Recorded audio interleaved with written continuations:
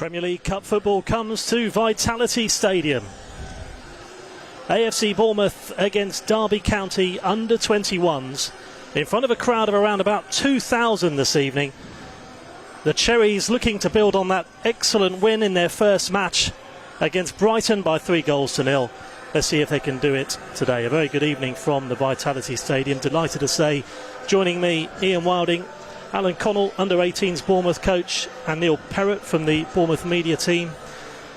Before we go to you, Neil, Alan, how much of an excitement is this for all the players playing in front of 2,000 supporters here tonight? It's a great experience for them, isn't it? That's exactly what it is, Ian. I think in development football, quite often there's not many people that watch, and these games are great experiences for our players to get used to playing in front of a good crowd. Hopefully, where they're going to end up one day. But if they go out on loan or even don't end up with us, at least they've had that stadium experience. So yeah, it'd be a great night, great turnout from the supporters, which there always is from our supporters, and really looking forward to seeing the boys in action against from what I can make out, a high quality opposition. And Neil, they couldn't have got off to a better start, could they, against Brighton in that first group match a few weeks ago? Fantastic start, 3-0, very good performance as well, and against one of the highest Category 1 teams in the country as well in Brighton and Hove Albion. So they were a formidable opposition, but it was a perfect start. This format is the same as the Champions League, so if you can win your first game, that's exactly what everybody's looking to do. It'll make a big difference, won't it? Well, we'll hear very soon from Matt Burgess, the Bournemouth midfielder, and coach Shaun Cooper as well. But before we do that, let's look back at one of the most bizarre moments last season in the Premier League Cup. This goal from Christian Sadie against Arsenal to make it 1-1. Neil, talk us through this. What a strange situation this was, wasn't it? So the referee has given a drop ball there. The goalkeeper's touched it, meaning that the ball is live. Christian Sadie has turned around and asked the referee, "Can I touch the ball?" The referee said yes. And obviously, all the Arsenal people are very controversial, weren't very happy. But I'm led to believe the Arsenal goalkeeping coach actually went to see the referee to apologise at the end of the game, realising that the referee had done everything by the book. I mean, I'd like to know what Alan Connell would think as a striker about getting a goal like that, Alan. I mean, I could have sred that. It was a great finish from Christian, Neil, wasn't it? He just followed in and stroked it home nicely. I mean, it's a difficult one, but like you say, by the letter of the law, we've done nothing wrong, and Christian, like all good strikers, put it in the back of net and then ask questions later, and that actually turned out to be a big point, I think, in the context of the group that year. So let's see what happens tonight. Watch his space, see if there's any more bizarre moments tonight. Well, we'll hear from Matt Burgess very soon, as we say, but first let's hear from development coach Shaun Cooper, who's been speaking earlier this week. Excited for the game. I think it's a competition we enjoy every year, and I said to the lads before the Brighton game, the last game, brings out the best of us. So yeah, we're all excited for it, looking forward to it. Yeah, we had Josh on trial for a while. It was clear his attributes. He's a very attack-minded player, very quick, but he's had a real impact in every game he's played, either with goals or assists. So he's full of end product, he's full of energy, and he's very quick. So he's certainly a player who can win a game for you. So we've been pleased with his impact so far. This competition, we do get a good turnout of supporters, and they create a real atmosphere. So for where some of the lads are at in their careers, it might be the most supporters they get to play in front of. But yeah, no, it spurs the lads on, and it's always a pleasure playing at the Vitality under the lights. So it's one they'll all enjoy.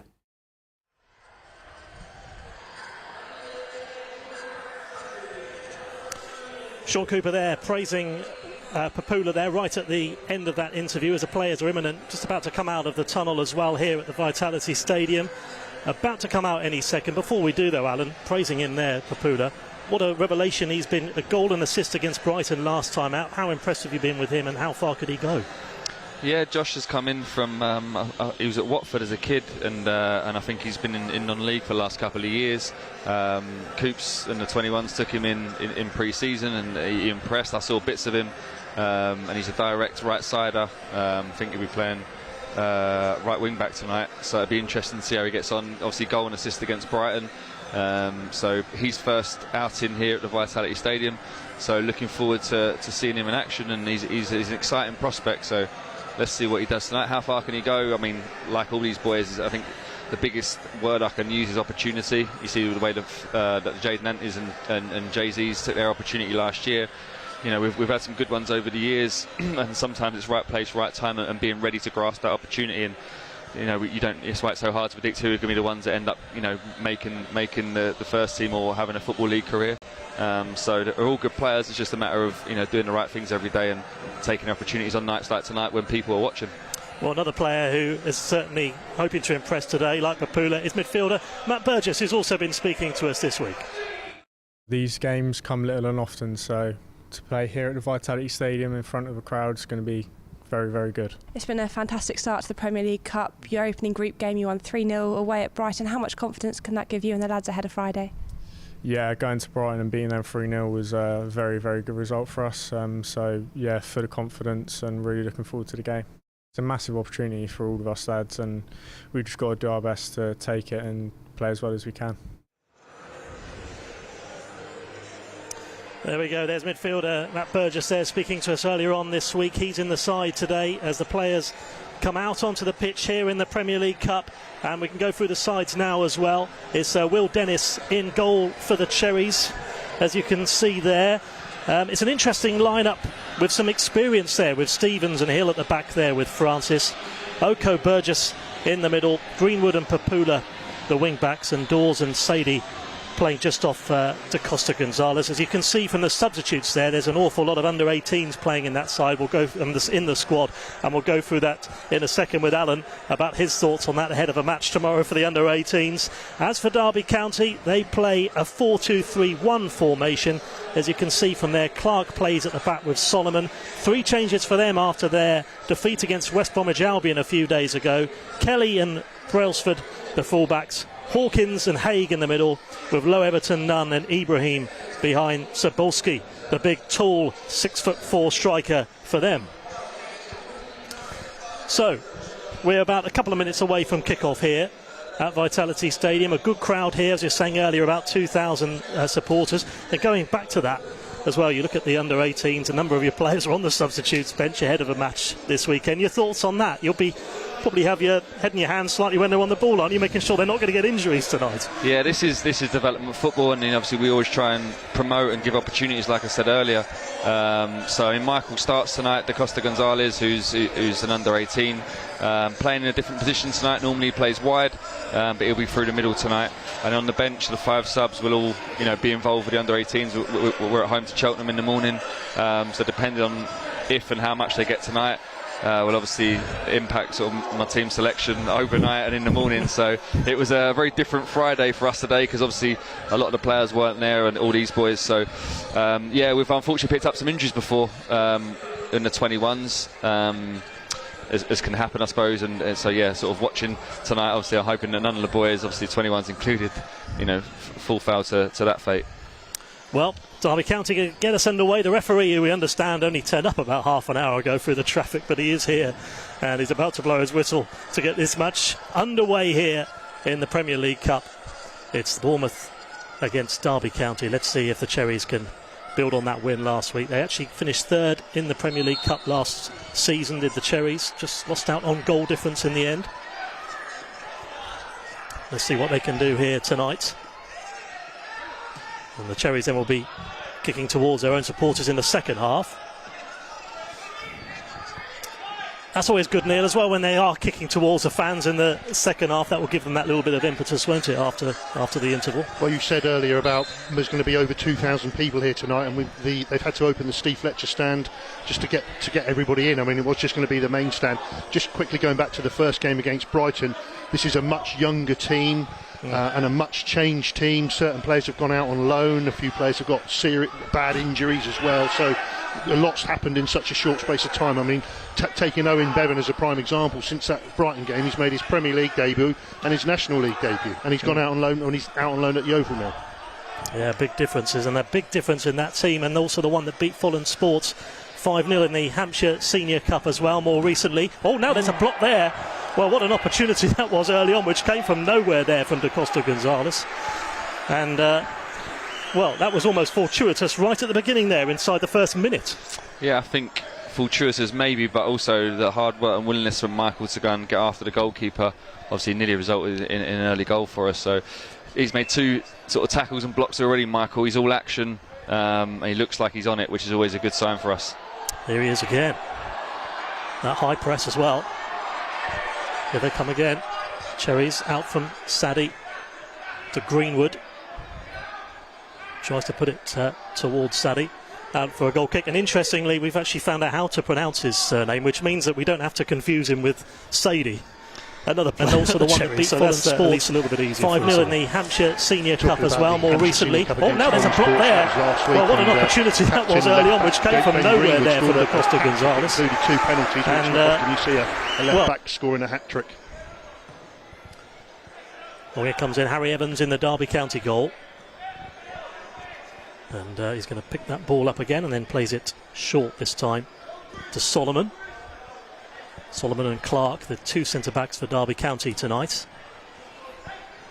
Derby, who've struggled so far this season. They've lost their first 5 matches in the league, in the Premier League too, but by all accounts their performance against West Brom was much improved. Signs that they might be turning the corner soon.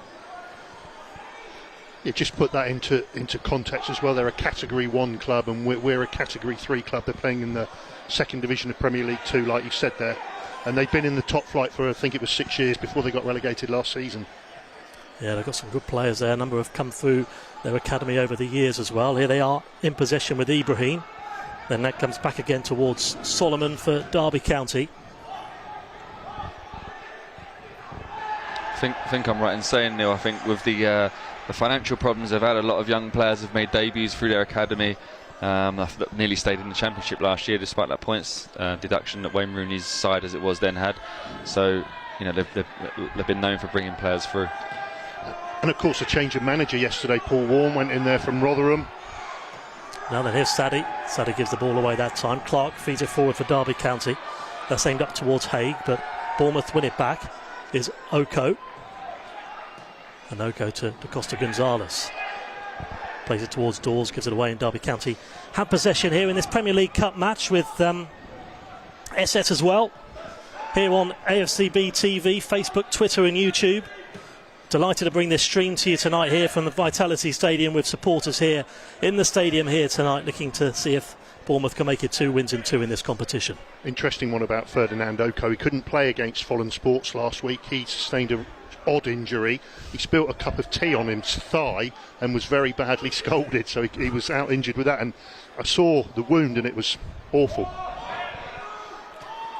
He's made a recovery to play at Dean Court tonight, Neil, but Fulham Sports it was a little bit sore, but no, I saw it as well. It was horrible. Yes, absolutely. Good timing for him as comes out the right hand side to Papula. Great run here from Papula, 2 in the box. Here he is then to Costa Gonzalez and comes back to Dawes with a right footed shot blocked. Excellent opportunity there. Now the Cherries are going to try and create something once more. To Costa Gonzalez again. Burgess, and then it comes back towards Stevens. How much of an opportunity is this as well for Chris Francis right in the middle? You've got James Hill and Jack Stevens with their league experience playing either side of him. Now he's going to learn an awful lot tonight, Alan. Yeah, he will. Chris is one that came in sort of towards the end of last season. He's obviously the right profile for what you'd want a centre-half to be. He's athletic, he's tall, and he's got a nice left foot, which is always a nice attribute to have. So, like you say, playing with two players with plenty of Football League experience will hopefully serve him well tonight. Clark forward for Derby. Here's Harry Hawkins, back to Clark again, who plays it out towards Solomon at the back for the Rams. Up towards Low Everton, who was at Yeovil last season, ex-Wealdstone as well. Here's the big, tall Sabolski. Not going to miss him tonight. He's a big, tall presence there and wins a free kick. And it's good to see Jack Stevens as well. I'm sure Alan will say he probably would have been asked whether he wanted to play in a game like this, and I know that Southampton gave permission for him to play in a game like this, and it's good to see that he wants to play as well. Definitely. I mean, that's what these opportunities are for. It's, you know, it's almost like the old school reserves, isn't it, where if a first team player needs a game, and what better sort of, as much as he wants to be playing now first team week in, week out, what better sort of game for him to play in. Swung in from Haig, and the volley into the back of the net. Well, it's Solomon with the final touch for the away side, and it was the first chance, first goal taken inside the first 7 minutes. 1-0 to Derby County. Yeah, I mean, it was a fantastic free kick, wasn't it? It went right across the defence there, and Solomon's stolen in at the far post there, giving Will Dennis absolutely no chance, rolled that right into the bottom corner past him. Yeah, first real chance of the game over the top. Decent free kick as well, wasn't it, really? Great delivery, wasn't it? Towards that far post. Difficult to defend. Obviously, looking at the replay, he's well onside. And lovely finish from Solomon. Came just after that chance that we had there. Josh Papula down the right wing into Michael da Costa Gonzalez's feet. Michael, being a striker, very unselfishly rolled it to Marcus Dawes, and just a defender got in the way. I think it was Solomon, in fact, the number 6. Yeah, I mean, the two good opportunity where Michael blocked it, then he set one to Marcus Dawes, who's had his shot blocked. We've started well, and then, as often can happen, you don't take one or two chances up one end and get punished at the other end, and we know how important set pieces are in football. So let's see if the Cherries can respond now then. Forward over the top now towards Dawes. If Dawes can get in there, he's got da Costa Gonzalez to his left-hand side. Trying to in vain, but excellent defending as well, to be fair, over on that far side from Clark, who's going to let that go out of play for a goal kick inside the first 8 minutes here then. Sponsored by Essex, 1-0 to the Rams early on, after an encouraging start from the Cherries as well. But certainly he would have been encouraged there, Shaun Cooper, with that first 5 minutes. But one chance, one goal. Clinical from the away side. Haig in field for Derby. Out to Brailsford. And Brailsford back to Solomon. Solomon to Courtney Clark.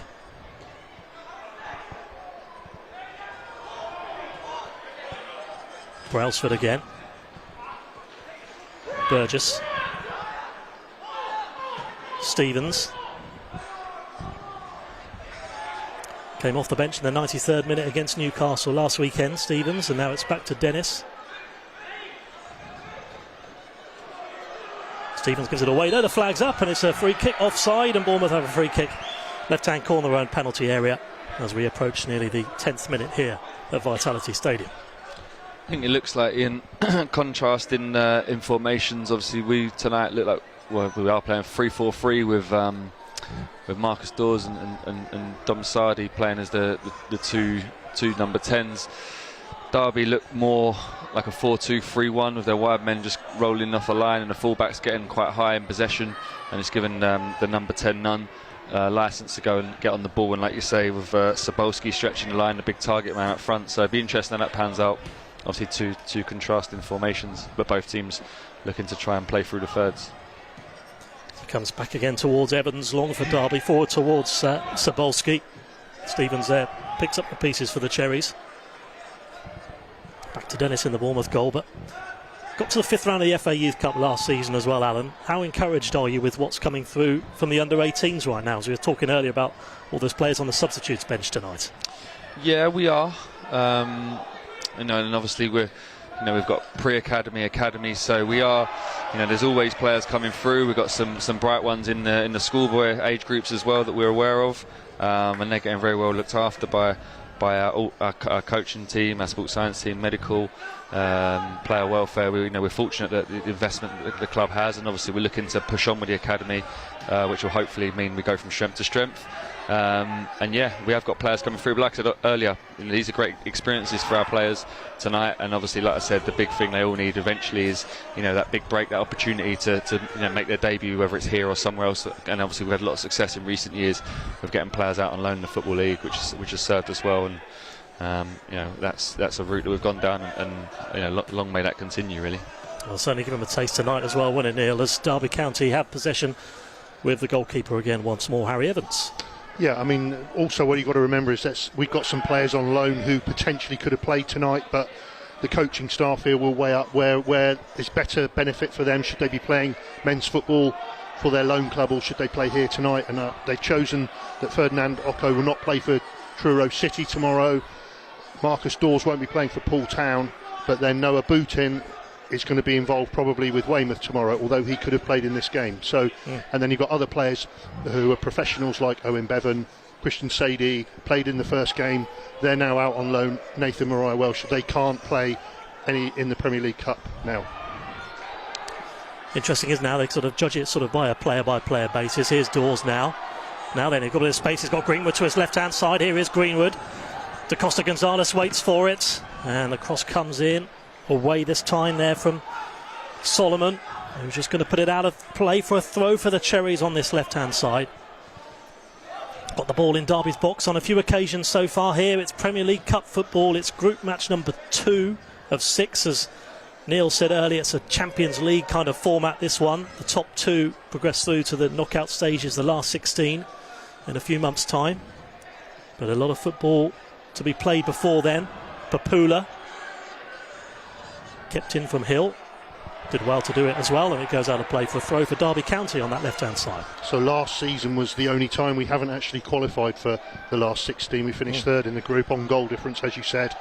The tournament, the pandemic curtailed the tournament a couple of times, but we made the last 16. We haven't got any further than the last 16 yet, though. I think that touches on to your previous point, Neil, and like the lone players, who's where, and it's very much an individual sort of strategy for each player. As much as all our age groups, we want to win games and progress. And part of the development is learning how to win and knowing how to win. We would never forsake that for the individual development of a player. So, for example, Owen Bev and Christian Sadie, Nathan Mariah Welsh going out on loan and playing professional football and going from window to window. If that's seen as the best thing for them as individuals and for the football club, that will always take precedent over one of our development teams, whether it's 21s, 18s, 16s down. And Christian Sadie got his first Football League goal last weekend as well for Shrewsbury. Yeah, it was a proud moment for everyone in the academy and the whole club. He's a great lad that's worked ever so hard since he joined us, and it was a really nice goal, very Christian-like with his finish. And I've got no doubts he's going to go on and do really well at Shrewsbury this season. He did well at that trial as well, didn't he, at Portsmouth in the summer. Hopefully he'll go from strength to strength. Free kick then to Bournemouth, which Greenwood is going to take by the looks of it. Ben Greenwood, who scored his hat-trick, as we said earlier on, against Fulham Sports. Certainly knows where the goal is as well. Scored 3 goals in 7 at Fleet Spurs as well when he had a spell there. Comes back towards Stevens, who plays it across in towards the middle of the park there to Chris Francis. Just a nod to the coaching, to the scouting team there, Alan, because you unearthed him playing for Fleet Spurs, like you said. Oko plays it short, left-footed shot there though from Sadie. Sails over the crossbar and out for a goal kick, but certainly worth a go from there.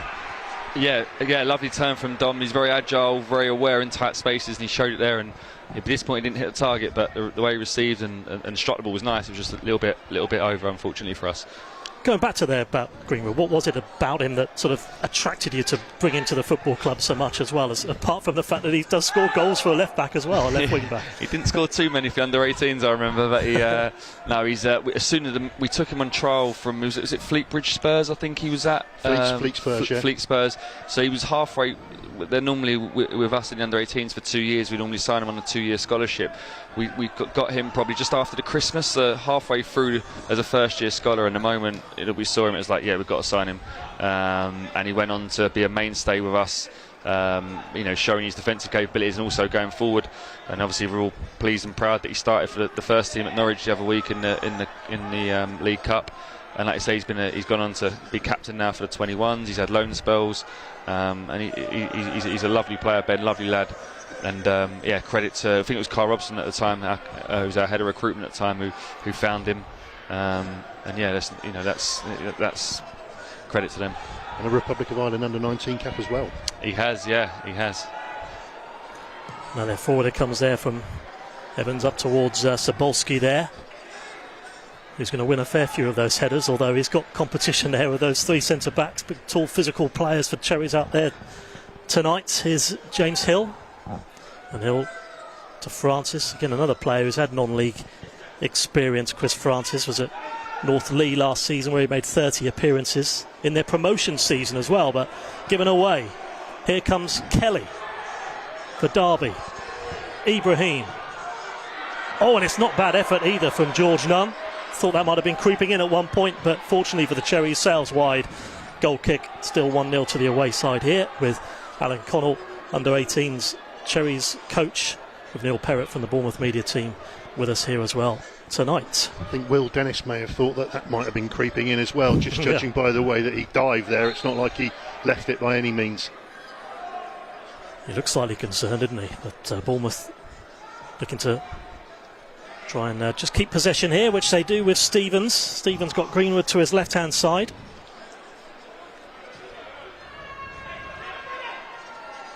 Just going back to, I mean, we talked about Francis earlier, but that winning a promotion and playing non-league football at that age, we'll go back to that in a second, because that's a poor ball from Dawes, and it was nearly taken advantage of there from Sobolski, and Dennis had to do well there to dive down to his left-hand side, which he did. It's going to go out for a corner kick instead. Yeah, that was a bit unfortunate for Marcus Dawes. I don't know whether he would have got a shout, maybe a shout there, but laid it straight into the big Polish lad's path, and stinging drive and a fantastic save. So corner to be taken then from Haig. Sobolski's the one in there. Oh, and a flying header sails over. Brailsford puts it over, and it stays 1-0 to Derby County here inside the 18th minute. But you know, an awful lot of appearances for Northley, and it's a good level as well, isn't it? A Southern League level. You'll learn an awful lot, isn't it, really, when you're playing with real men, physical men there as well. That's right. I think Chris was at Swindon a little bit when he was a little bit younger, and he had that non-league experience. I think he was working at the time as well, if I remember rightly.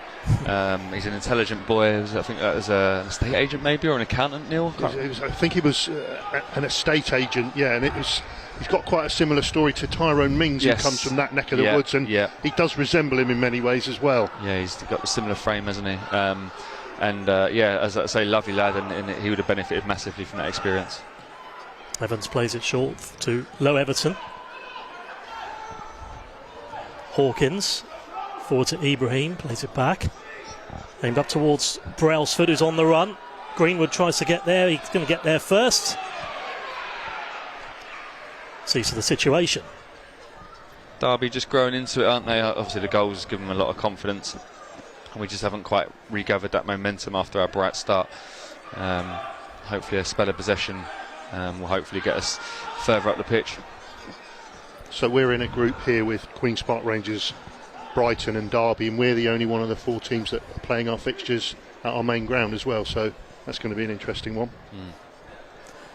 Yeah, it's great to see, great to have this here tonight. Live Friday night football, under the lights, Premier League Cup football. It's Bournemouth against Derby County, the away side scoring inside the first 7 minutes from Harrison Solomon with the header, and now it's forward again, this time from Nunn. Papula.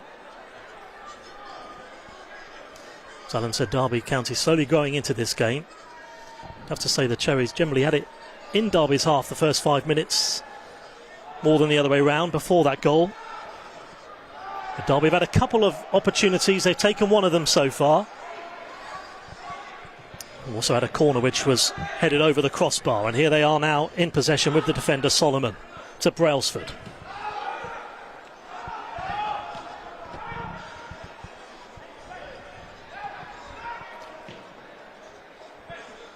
Well, can Cherries take advantage here? Not that time. Greenwood plays the ball straight. He had Dawes to his left-hand side. Sadie just in front as well, but in the end it goes back towards Evans in the Derby County goal.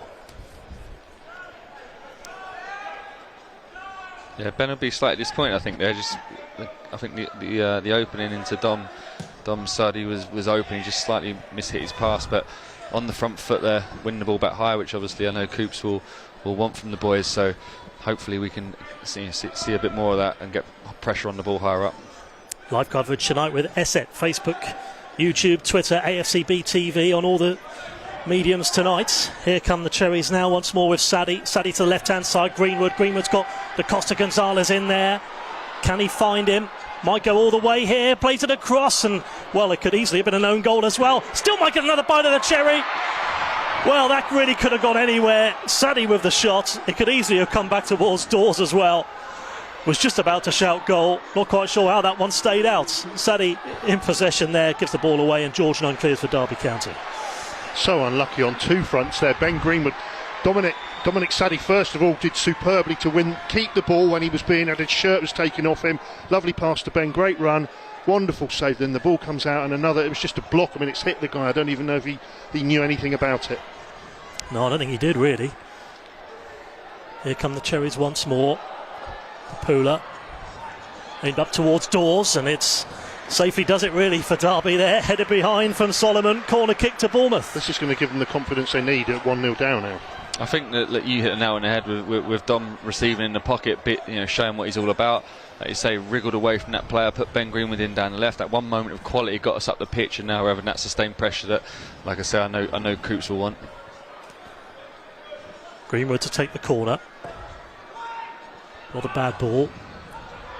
Sadie might fancy a go here.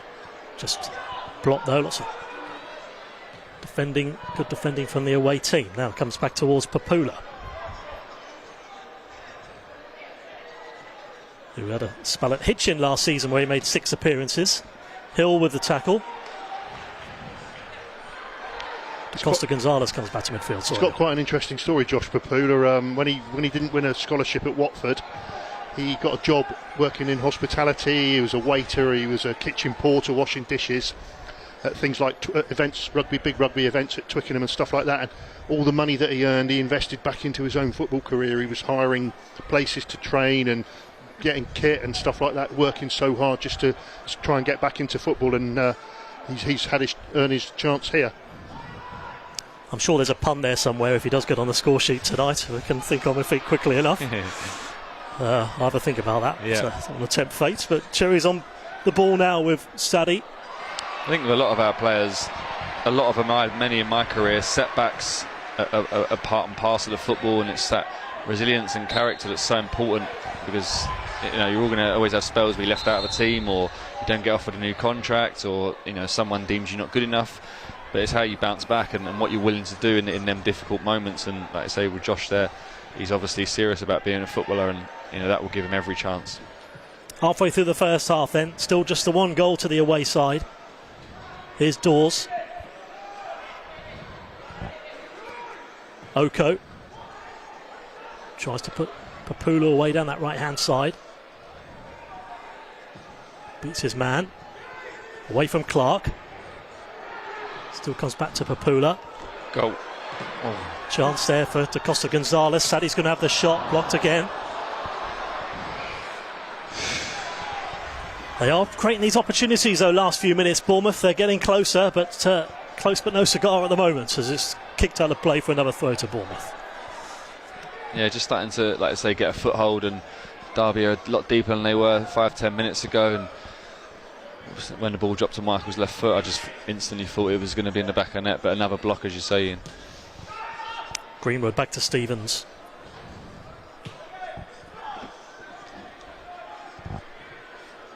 James Hill, who made his England under-21s debut away at Kosovo back in January. Now then, here's Sobolski. Ibrahim. He gives it away. Dennis finds Hill. Pula. Throw in. Just out of play in the end, so throw to the away side. Shaun Cooper will be encouraged though, Alan, as well. Last sort of 5 minutes really, they're certainly asking a few questions and pushing Derby further and further back, certainly more than they were earlier on. Yeah, obviously, like we said at the start, we had a couple of good moments in the first 5 minutes. Then obviously we got hit with the blow of losing the goal, and Derby then gained confidence from that, and maybe we just took a little bit of a hit, but we've definitely grown into it, and up until the last sort of 30 seconds had some good pressure high up the pitch, and I think Coops will be quite happy. Coops is very calm, very measured in the way that he works and the way that he thinks, and there'll be no panic from him, and he'll be trying to sort of work out the spaces for us to exploit, and hoping obviously we can get back into the game. Here's Clark then for Derby County. Certainly encouraging signs so far for AFC Bournemouth. Through ball here. Low Everton just couldn't quite control it, but Brailsford might try and play it through. He can't. Well defended. Another play for another throw. Might potentially be another spell of pressure coming for the away side here. Reece Brailsford to take the throw on this right hand side. Just to ask Alan about Michael da Costa Gonzalez. He played 90 minutes on Wednesday for the youth team. How much is he going to have in the tank for tonight, Alan? I think this is Michael. I could write a book on Michael over the last 2 years of when he played up for us, quite a lot in his under 16 year, and it's there's so many anecdotes with him and so many little things, but so I'll save that if I ever write a book on him when he goes on to be a superstar. But he's physically, I think that professionalism and understanding your body, he's slowly getting to grips with, and how to recover, and the relentlessness of professional football. Look back at my career, he play on a Saturday and a bank holiday Monday, and then 2 games in 48 hours were always, in my experience, the hardest. So he's experiencing that now, playing Wednesday, playing Friday night, but I'm sure adrenaline will get him through, and he's a good athlete anyway. He introduced me to his taste in music on Saturday as well, and my eardrums are still almost drumming now. I just can't hear too many. I never heard any. Some of the songs didn't even have any singing in them. Yeah, he's probably not sure why he was listening to it earlier. He's in his own world sometimes, and but he's a great lad, and he's got some ability. He's just got to try and bring it all together. And like all forward players and young players, you want that consistency from him, and I think in time, that will come. He's more of a wide man, obviously playing up front tonight, just because we've got obviously Jake Scrimshaw left in the summer from the under-21s. Christian Sadie's out on loan. Ewan Pollock's getting back to fitness now in the under-21s, and then Daniel Adeoye, who's our under-18 striker. He picked up the injury in the Brighton game in the previous game, as you know, Neil, when he scored. So we're light on the ground, and that's, Johnny Stuttle's only 16 years old, and he's on the bench, and he's an out-and-out striker. So Michael's out of position tonight, but it's not one he's done it before. But generally, I'd say he's more of a winger. And there's a brother in the camp as well, I think. Is that right? Yeah, we've got Michael and Malcolm, and they look like twins, to be fair. Malcolm's in the under-15s, and he's the same shape, size.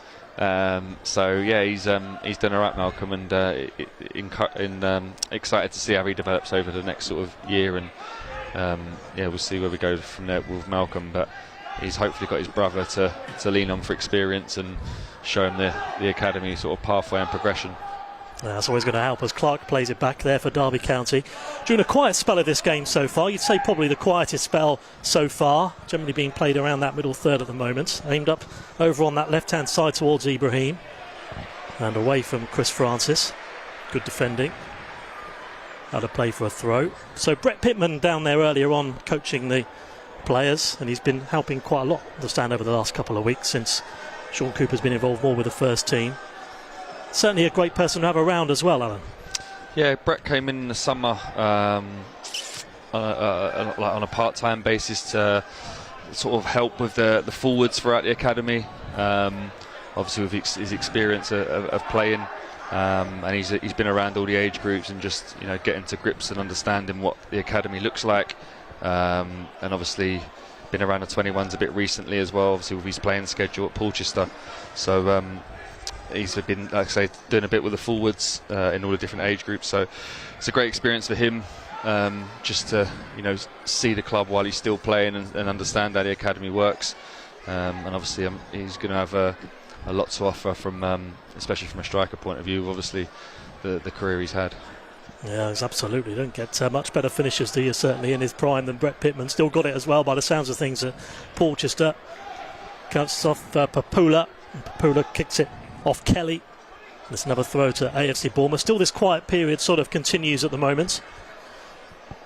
Always going to happen at some stage here in the first half.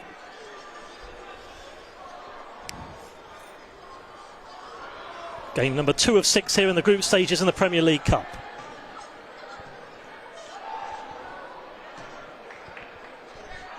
Here's a defender, Solomon, again.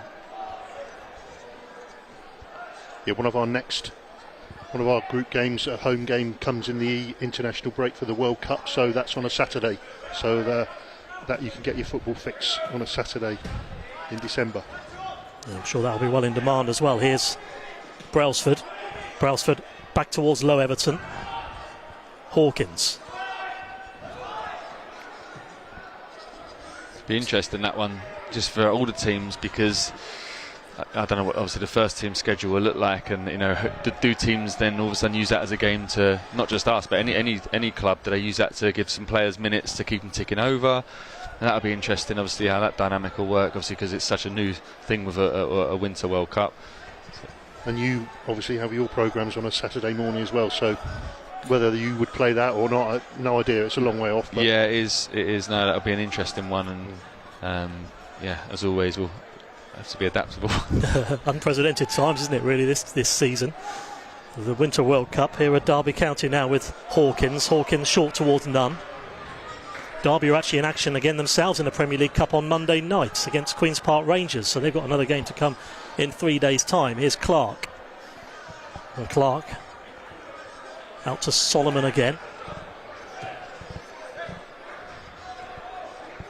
Just looking at the substitutes there, young goalkeeper Ollie Camis played for Wales under-17s and is going to be getting his cap at the Cardiff City Stadium on Sunday at half-time of Wales Nations League game against Poland, so that will be a memorable night for him and his family. Yeah, Ollie had a great year last year, with loads of different experiences.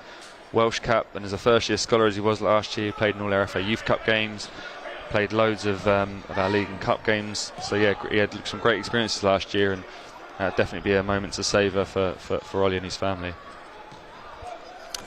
So still just that one goal inside the first 7 minutes then.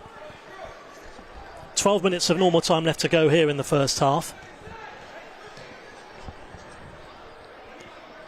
Played back again from Hawkins. So yeah, new manager going in at Derby yesterday, Paul Warne from Rotherham.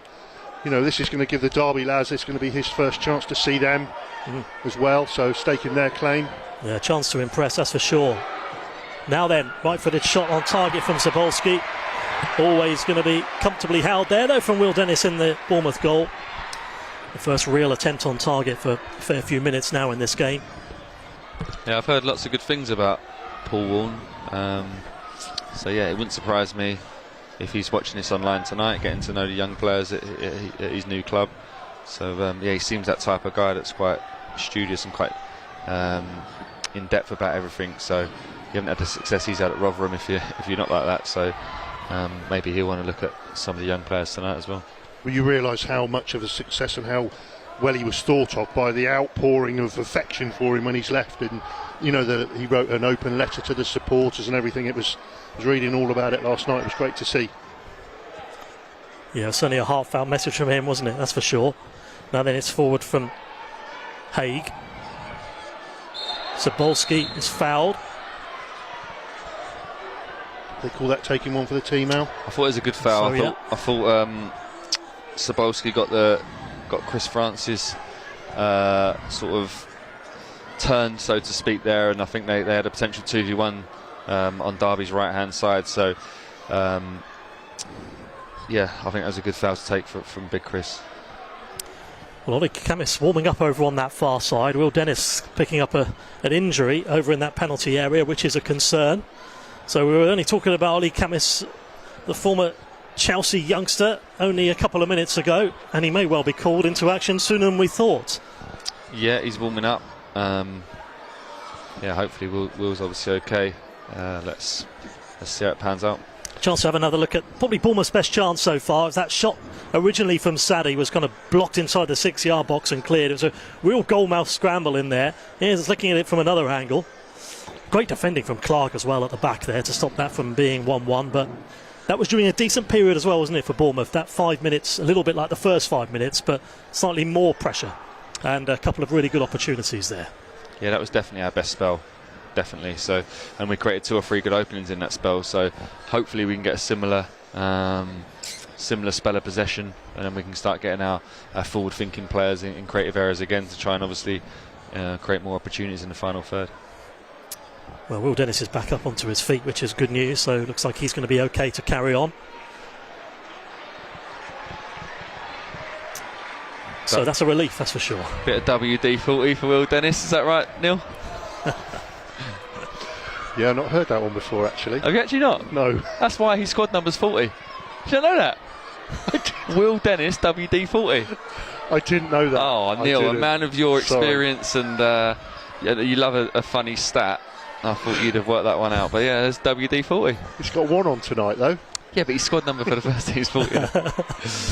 That means if he's in the first team, he can never be given the number 1 shirt now, surely. No. He'll always have to be number 40. It's like CR7, but WD-40. It's impressive. It's a brand. I never understand players wanting number 13 either. Is that as a thing of the past now, that 13's an unlucky number? It used to be, didn't it? I still sort of think of it as that. Remember when Adi Akinbaye was at Crystal Palace, he wanted number 10, but that was taken, so he had a 5+5 on the back of his shirt. Yeah, and that was quite something back in the day. Yeah, I remember. I think it was Edgar Davids when he was manager of Barnet. I think it was he had number 1 and he was playing on the pitch. Zamorano for Inter Milan had 1+8 when the Brazilian Ronaldo had 9. So there's a few of them, isn't there? Yeah. You've got to be pretty confident in your own abilities, haven't you, certainly to have number 1, that's for sure. But Bournemouth in possession now with Stevens out towards the left-hand side here with Greenwood. Let's see if the Cherries, after that bit of stoppage, can really start to build some momentum here now and pick up the pace a little. Here's Sadie. Sadie back again towards Oko. Tries to put Greenwood away. Out from Brailsford for Derby. Sadie, the man who came on and provided the assist for the equaliser at Norwich in the Carabao Cup. Brooklyn Gensini, another player who's out on loan who can't play tonight, played in the first round against Brighton. Yeah, that was a great night for a lot of them, wasn't it, against Norwich. Going to penalties as well. Here's Hill. Here he is again. Costa Gonzalez. He's got man to his right-hand side. Burgess. Costa Gonzalez again, chasing the goalkeeper. Zabolski. Ibrahim. Burgess tries to win it back. Derby on the ball now with Brailsford. Low Everton in front of him. He finds him. Zabolski's the man furthest forward. Low Everton. Back to Ibrahim. Asking a lot there of Kelly. Did excellently to keep the ball in play. Come easily. Will Dennis will be relieved straight at him. We go nearly into the 40th minute here. Still the 1 goal separating the two. AFCB TV, Facebook, YouTube, Twitter. With Essex tonight's live Premier League Cup coverage here. With Bournemouth youngsters certainly had 2 or 3 good opportunities. The best one falling earlier on to Sadie in that goalmouth scramble. And now Solomon on possession. Hawkins, Clark. Certainly the front 3 have looked dangerous for Derby. It's good to see Gary O'Neill is here among the crowd watching as well. Obviously there's a couple of first team players out there, but he'll be keen to see how the development squad players are faring as well. And that'll always give you that extra bit of motivation, won't it, Alan, as well, knowing that the manager, albeit interim, is there watching.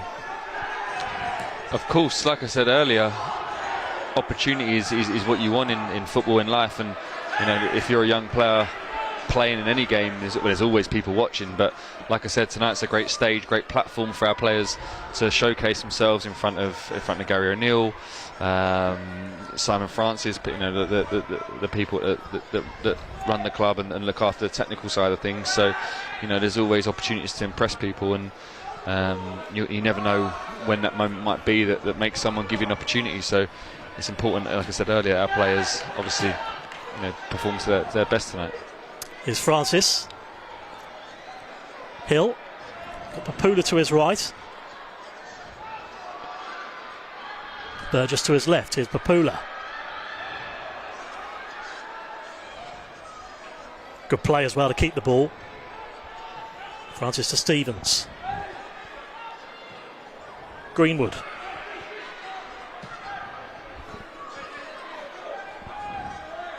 Dawes. Good ball as well. Here's Papula. Could go all the way here. Well, it wasn't far off. And that's what he can do. The way he cut inside there. Shape to shoots. Wide of the post, though. Better from Bournemouth.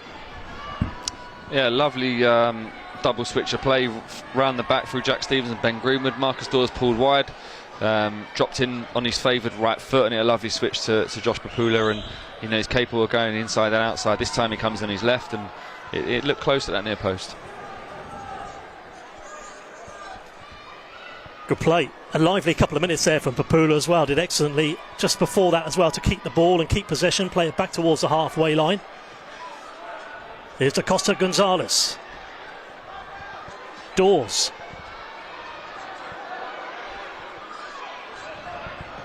Not to be that time. Two to his right, one to his left. Cleared back towards Stevens for Bournemouth. 3 minutes of normal time. We might have maybe a couple of minutes of stoppage after that injury earlier on to Dennis, who's now okay. Got back up to his feet after a couple of minutes. Brailsford. Sobolski.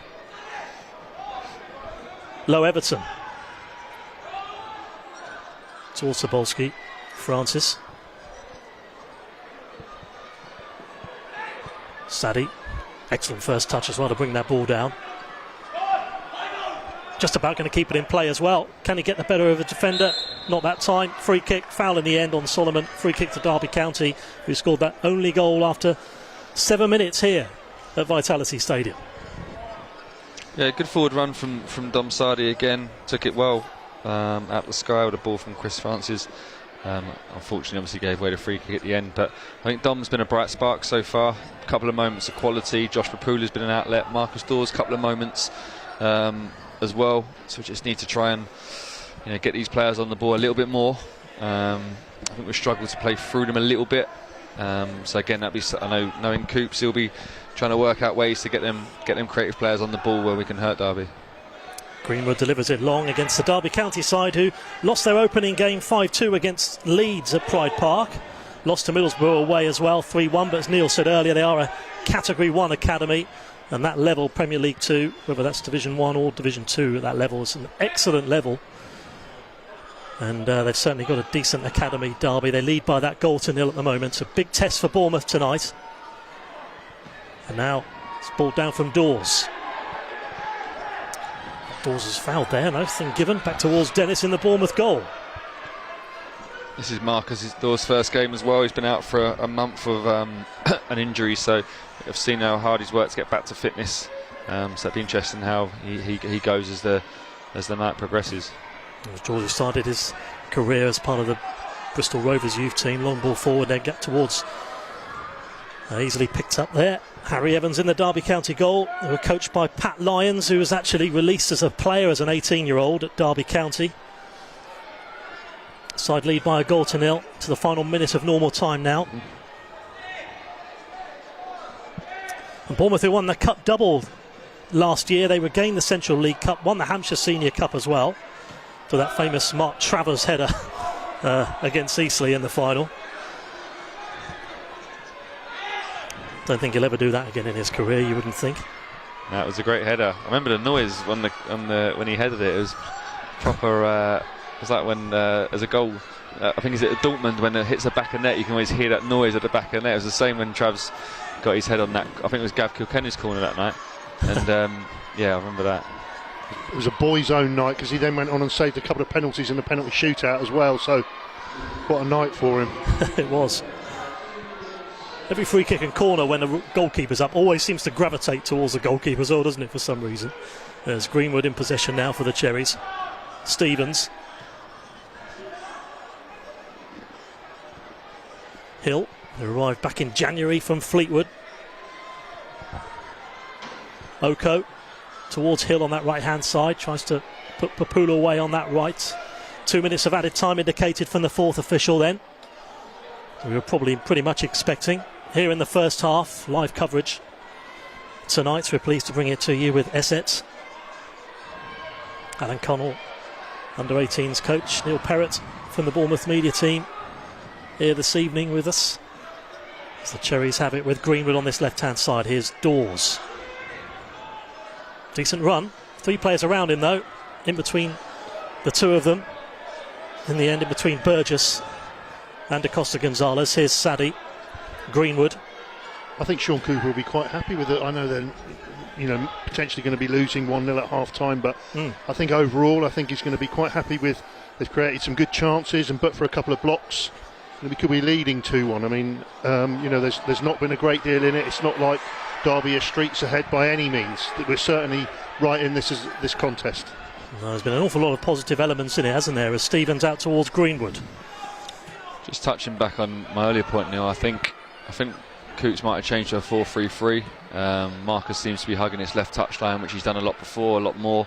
Ferdy seems to be sitting on his own, Ferdy Oko in midfield, which allows obviously Matt Burgess to get a bit higher forward. Great play from Papula though. Well, he's dangerous, isn't he? He's got it again here. Can he create a chance just before half time? Not that time.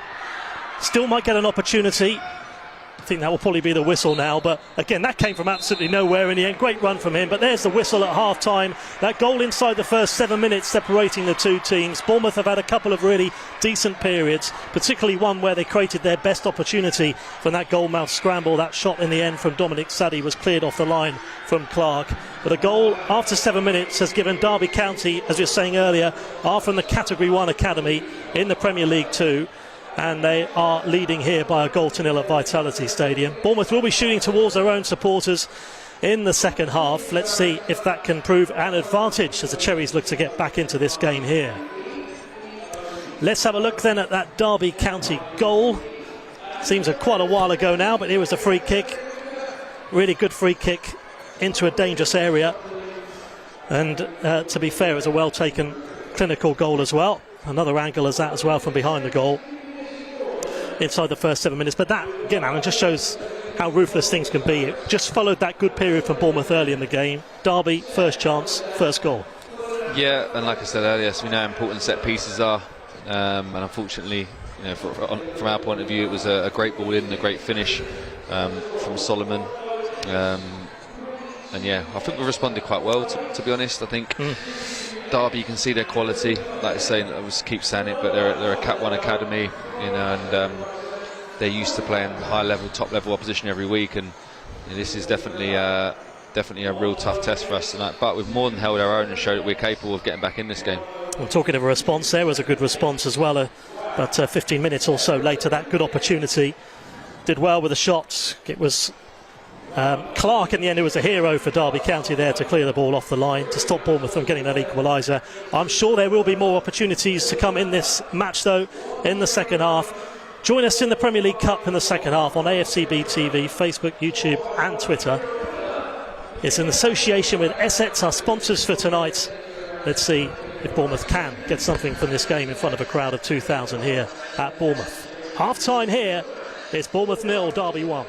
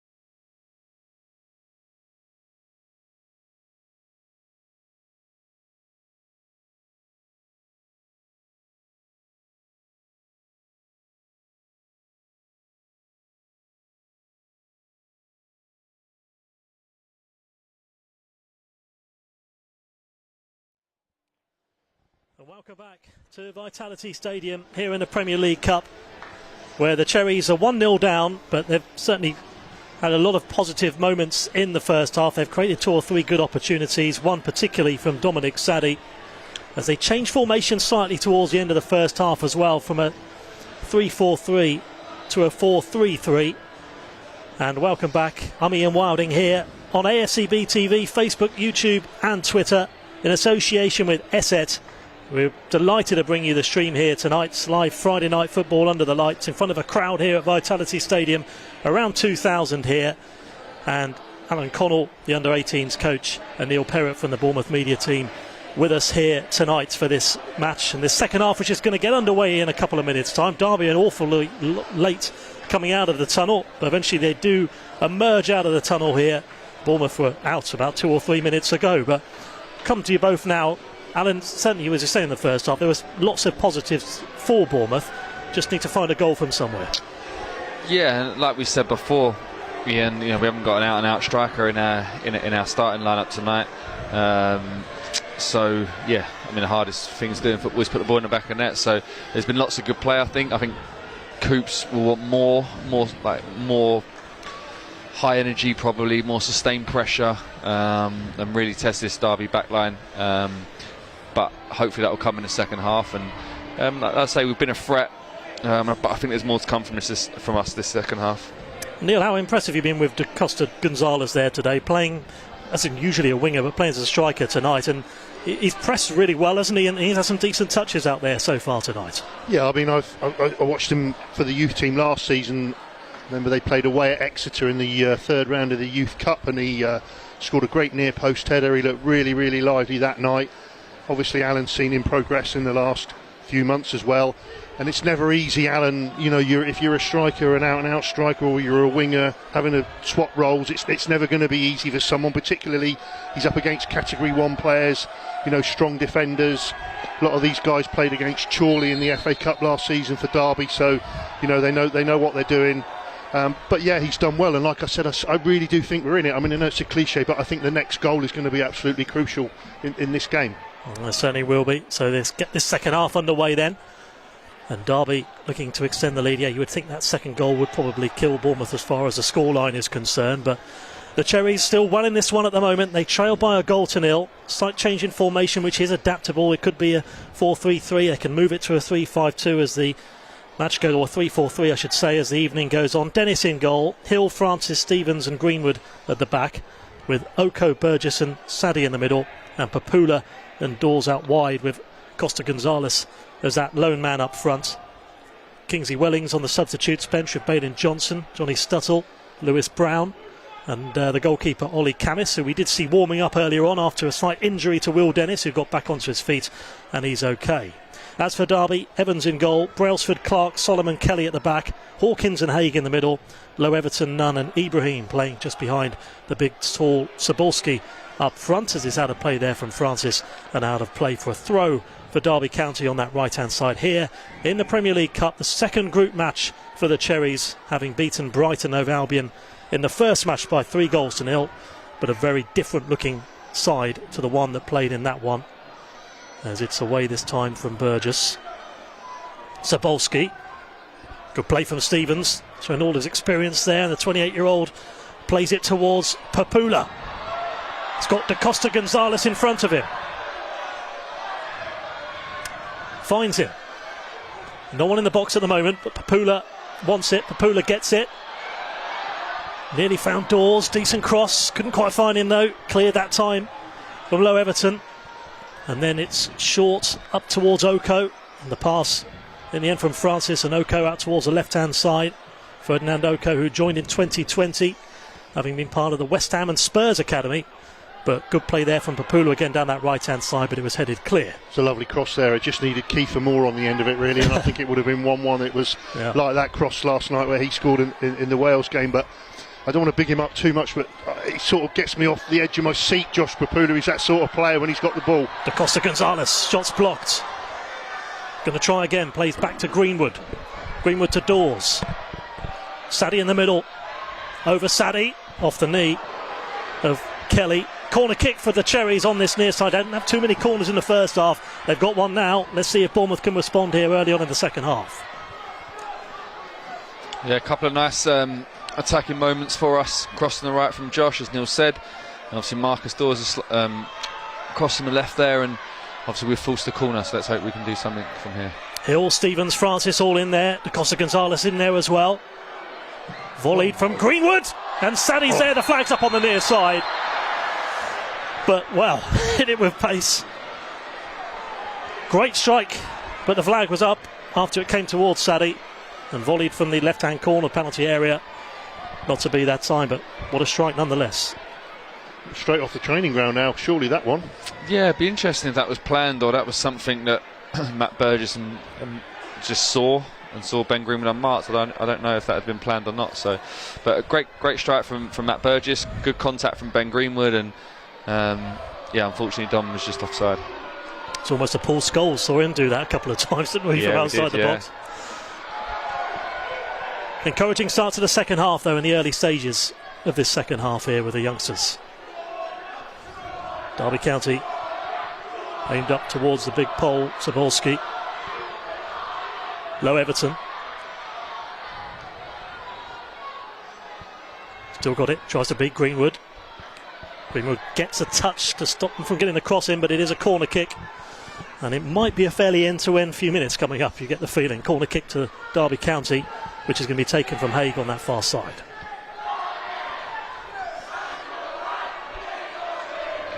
Zabolski's in the 6-yard box for Derby.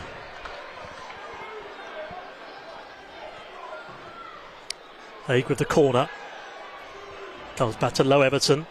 Tries to place it. That was always sailing over the crossbar. Relief for the Cherries on that occasion. Just a quick mention, the ball boy in front of us, closest to us, is Harry Redknapp, the grandson of our former manager, Harry Redknapp. So looking forward to seeing how he can retrieve the ball.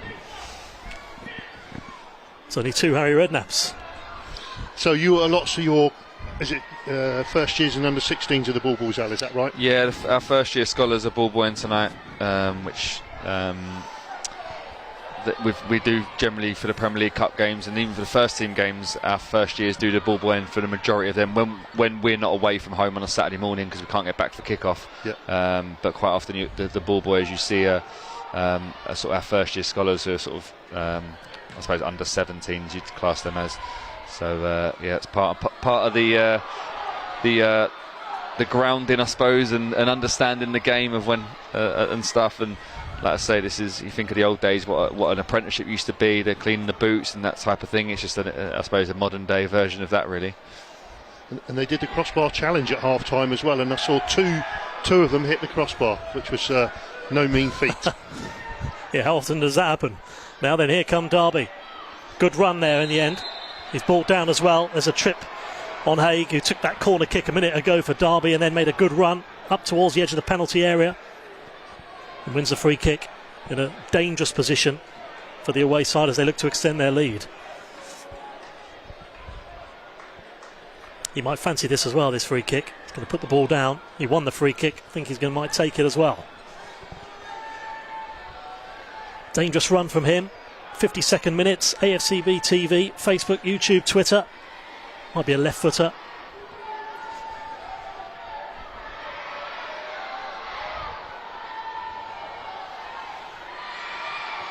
Four-man wall to be formed here then from the Cherries. They scored 7 minutes into the first half. They're going to have a chance here 7 minutes into the second. Derby County. They are going to leave it to the man who won the free kick. It's Haig. Oh, and it wasn't far off either.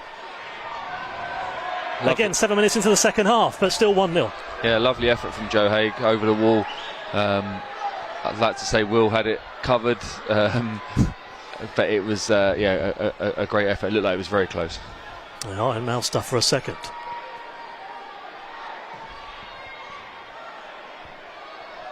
Flicked on. One back from Solomon. Out from George Nunn. Low Everton, he always looks dangerous on the ball, but easily into the arms there of Will Dennis. And a little bit of pressure, Ibrahim just behind him.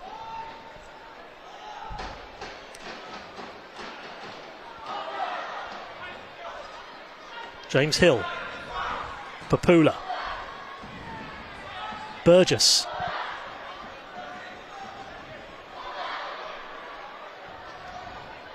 Greenwood.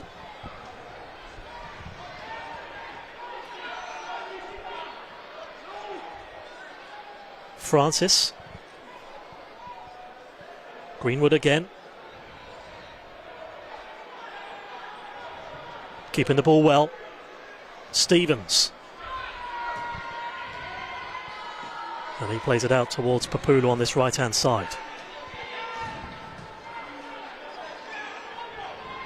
Not the end of the world this though, Alan, is it? Just this little bit spell of possession, just keeping the ball, just trying to control the tempo a little. Yeah, probably it's something that Coops might have wanted a little bit more, that little bit more control. And it's nice to see us having that spell. And sometimes it's on to play quick forward. Other times, we've got to build and wait for openings. And obviously we had a good spell there, and hopefully we can maintain that. And here we go, we've opened them up a little bit, and there's a bit of 2v1 on this right hand side. Yeah, let's see if they can take advantage here. Here's Papula, he's got Hill on the overlap, he's got two players on the edge of the box. Da Costa Gonzalez is one of them. Here's Burgess. Stevens. Hill. Back to Stevens. Interesting to see when or if that first substitution is going to be made for the Cherries at some point. Sadie. Da Costa Gonzalez. Line of four of them around. Sadie. Right-footed shots. Just sails wide of the post as well from Greenwood. And again, that wasn't a bad effort at all. Again, there's been 3 or 4 for two each from either side really, where it's just whistled inches wide of the post and you thought it may have been heading in, but it doesn't. It's a goal kick instead. Yeah, nice play, a little change of tempo, and it falls to Ben Greenwood on his unfavoured right foot, and he just drags it a little bit wide. But yeah, more encouraging signs. I think it's encouraging, Alan, to see Ben Greenwood, the left back, on the 18-yard box as well, which is, I mean, he's had a couple of good chances in this half already. One from the corner and that one. Here are Derby though, looking to get on the attack themselves. Is Oko. Stevens. Certainly they've had more of possession, Bournemouth, the last 5 minutes than Derby County have, as we played more than 10 minutes now of the second half. Here's Sobolski though for Derby. And again, tries to place it, none. One back there though. Challenge on Sadie there from Brailsford. 44 to Dawes. Now then, this could be an opportunity. Da Costa Gonzalez to his right-hand side. Dawes has got Greenwood on the overlap. Oh, it's a shame in the end. He did have 3 players around him, and then out of frustration pulls the shirt, and he might go into the book here. Referee just going to have a word with him. And I think pull out a yellow card here over on that far side. First yellow card of the game, and that was more frustration, Neil, wasn't it, really, than anything else? Yeah, like you said, it looked like it was going to be, the break was on, Michael Da Costa Gonzalez was there, Josh Papula was ready to come down this side, but just lost possession, and like you said, frustration, and it's a deserved booking. Interesting, like we said, first half, how Marcus Dawes goes in the second half, having been out for a period of time, and this is his first game back, so yeah, hopefully he can kick on in the second half, but yeah, we'll see. Here's Low Everton.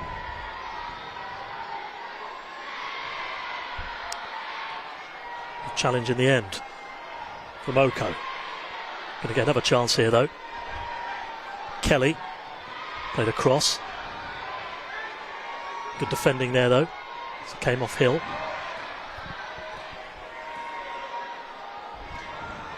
Derby back to Clark, who made that challenge nearly off the goal line earlier on in the first half to stop that equaliser. Sobolski. George Nunn. George Nunn, who had that shot straight to the goalkeeper a couple of minutes ago after cutting inside. Hill with the header.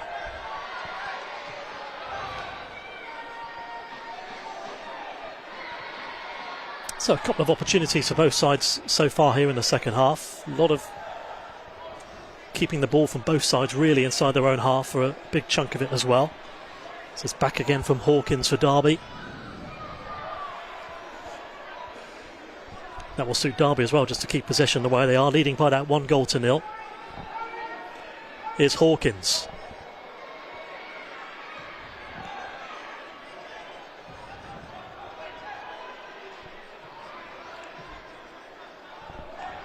Sobolski.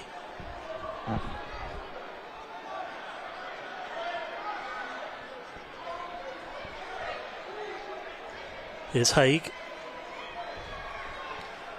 Derby just taking the sting out of it, this spell of possession. They're just content. They're not looking for that space as they find it there on that left-hand side. Here's Kelly. Kelly to Ibrahim. Sobolski wants it in the box. Flag stays down. Ibrahim.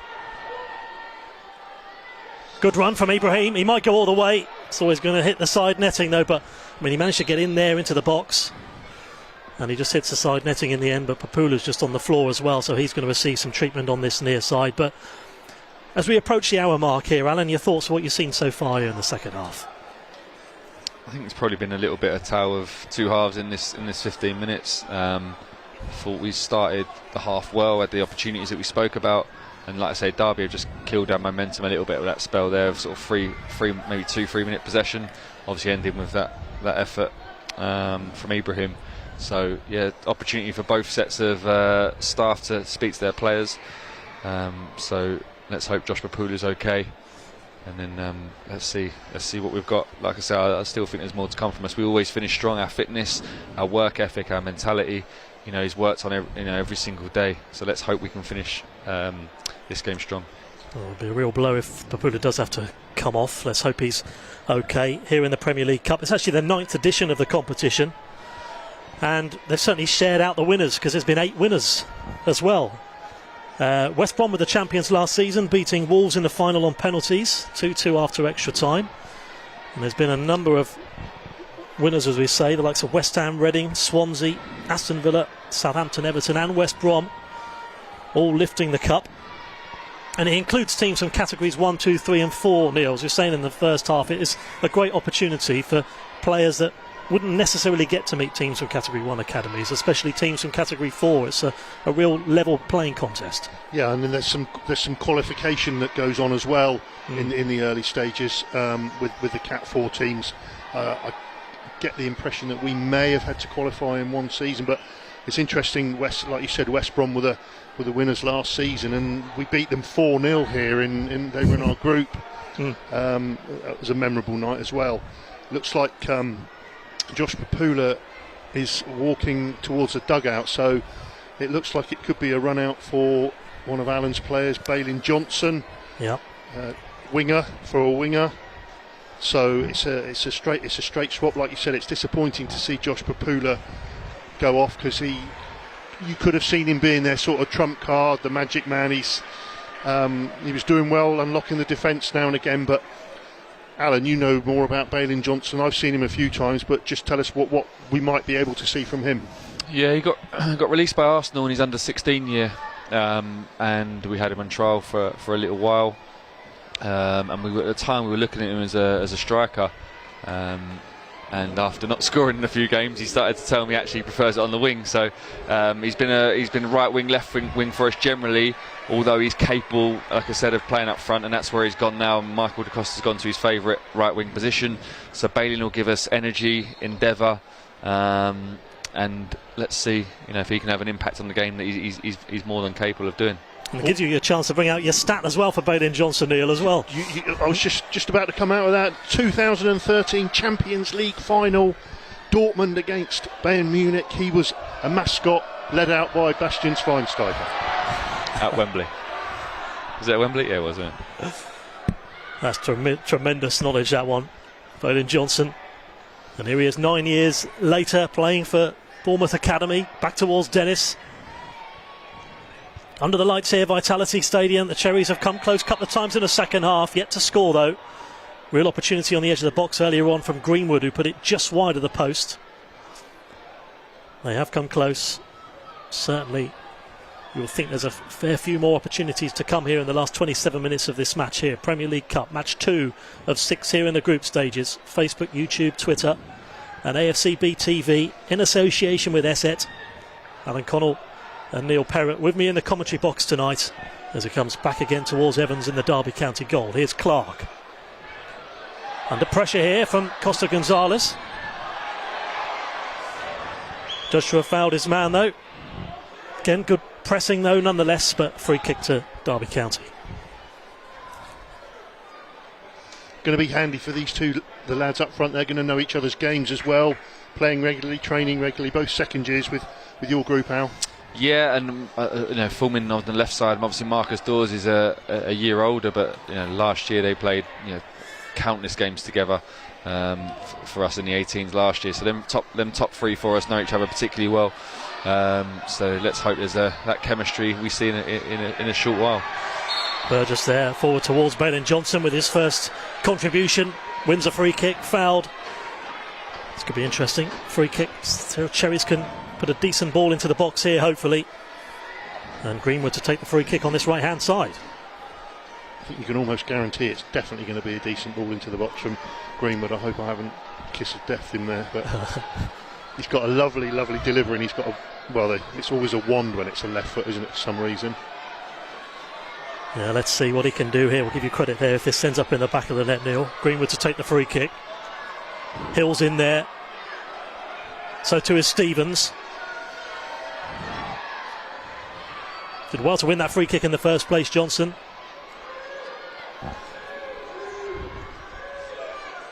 As we nearly approach the halfway mark here in the second half to see if this is the moment where Bournemouth can get the equaliser.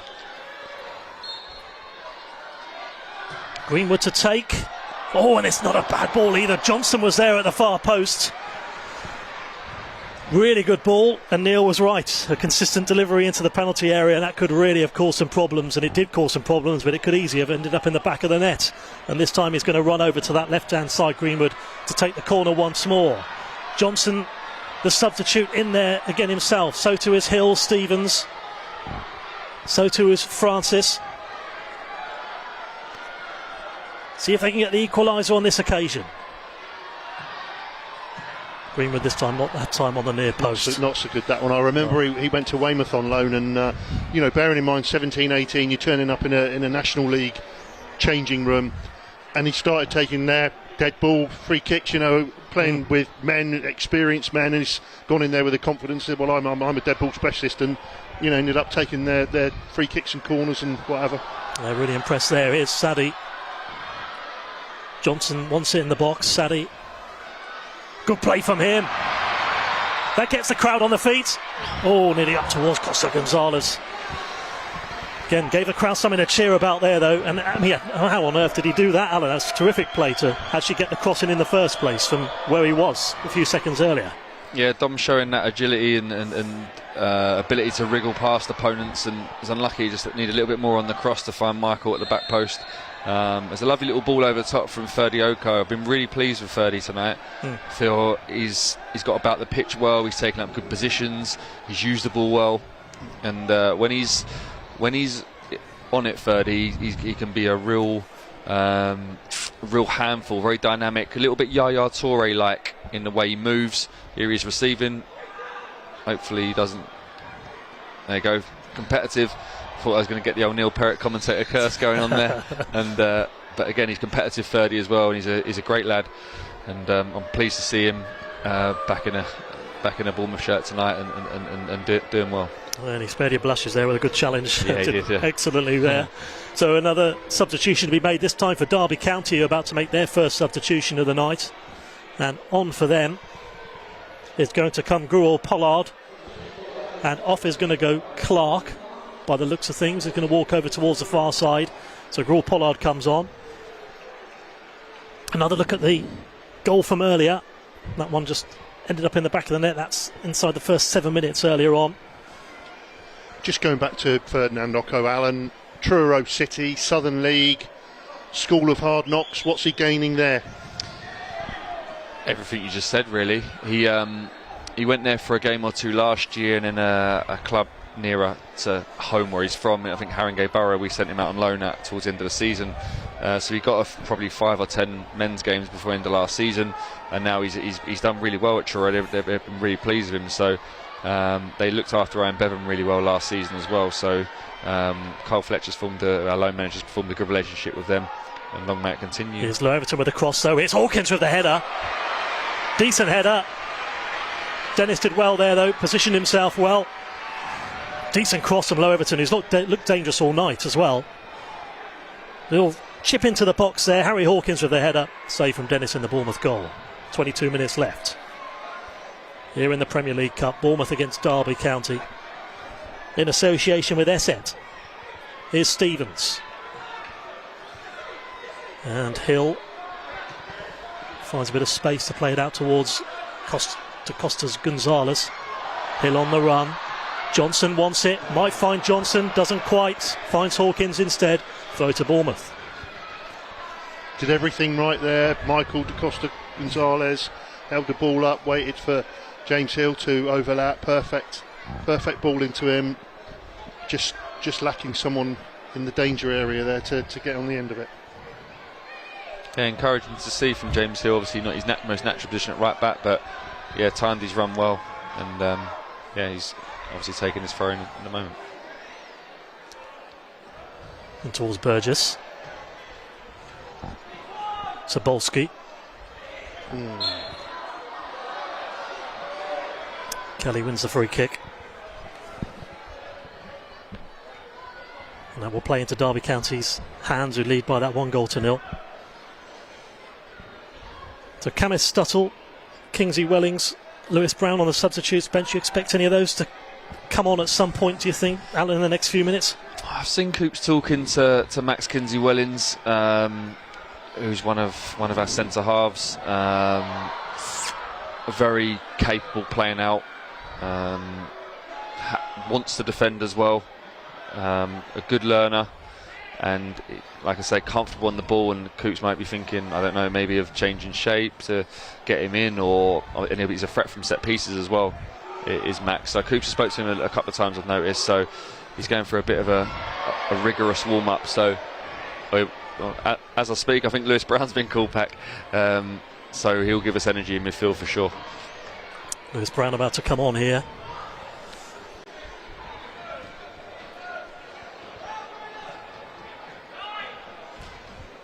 And Lewis Brown's parents, Neil, I think parents are such big Bournemouth supporters, they named his brother a famous name after a Bournemouth player. I think it's a relation, is named after Steve Fletcher Brown. Yeah, I'm not sure it's his brother, but yeah, huge Bournemouth fans. Dad's manager of Bournemouth Poppies in the Wessex League as well, and Alan's appointed Lewis as his youth team captain this season as well. Watched him last Saturday, very good in central midfield. And a really lovely lad as well, I got to say that. I got to meet him after the game, and really nice guy, really represents the club very well.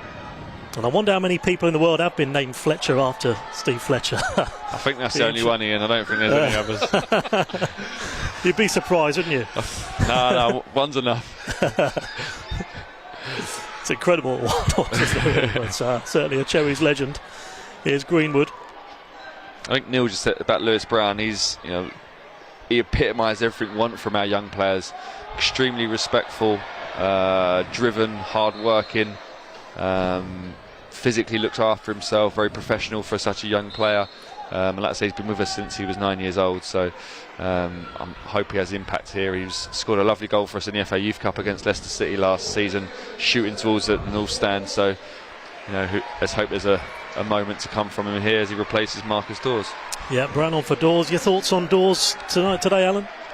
Moments of quality, probably still striving for consistency. Marcus, like I said earlier about a lot of young players, especially in forward areas, that consistency is always I think the last thing to come. So I think he's had some good moments, and like I say, for him to get 70 minutes under his belt and his first game in over a month will please him and Shaun Cooper. Now here's Sadie.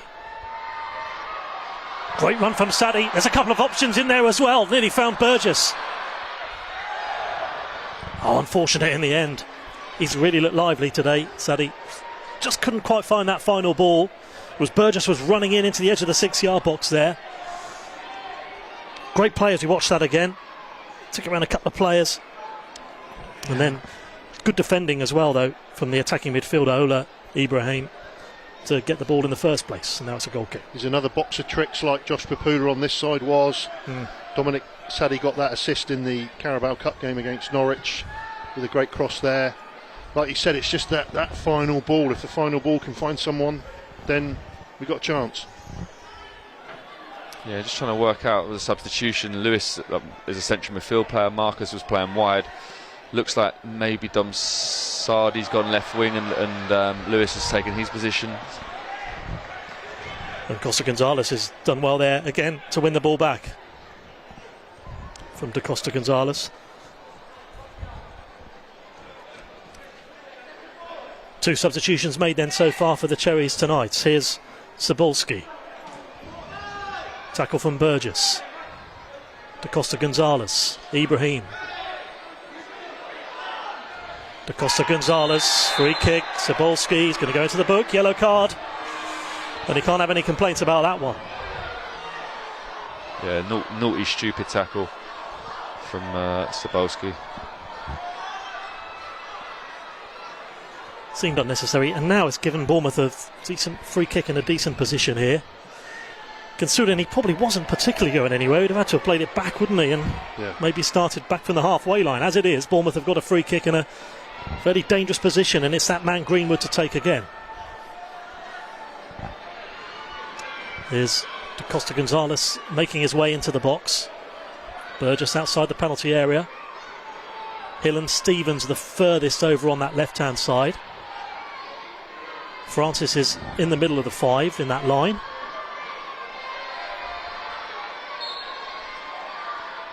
Greenwood's free kick. Sadie. Da Costa Gonzalez. Rose Ed in the end, unfortunately, but in my head for a second I was thinking top corner. Wasn't to be in the end, but he's more than capable of that, Ian. He'll be disappointed. I can see the frustration in his body language right now. But he's not only is he capable of scoring quite a lot of goals from wide areas with that left foot, but he's also capable of spectacular as well, and that would have been if it would have gone in. Hawkins under pressure. Burgess tries to win the ball.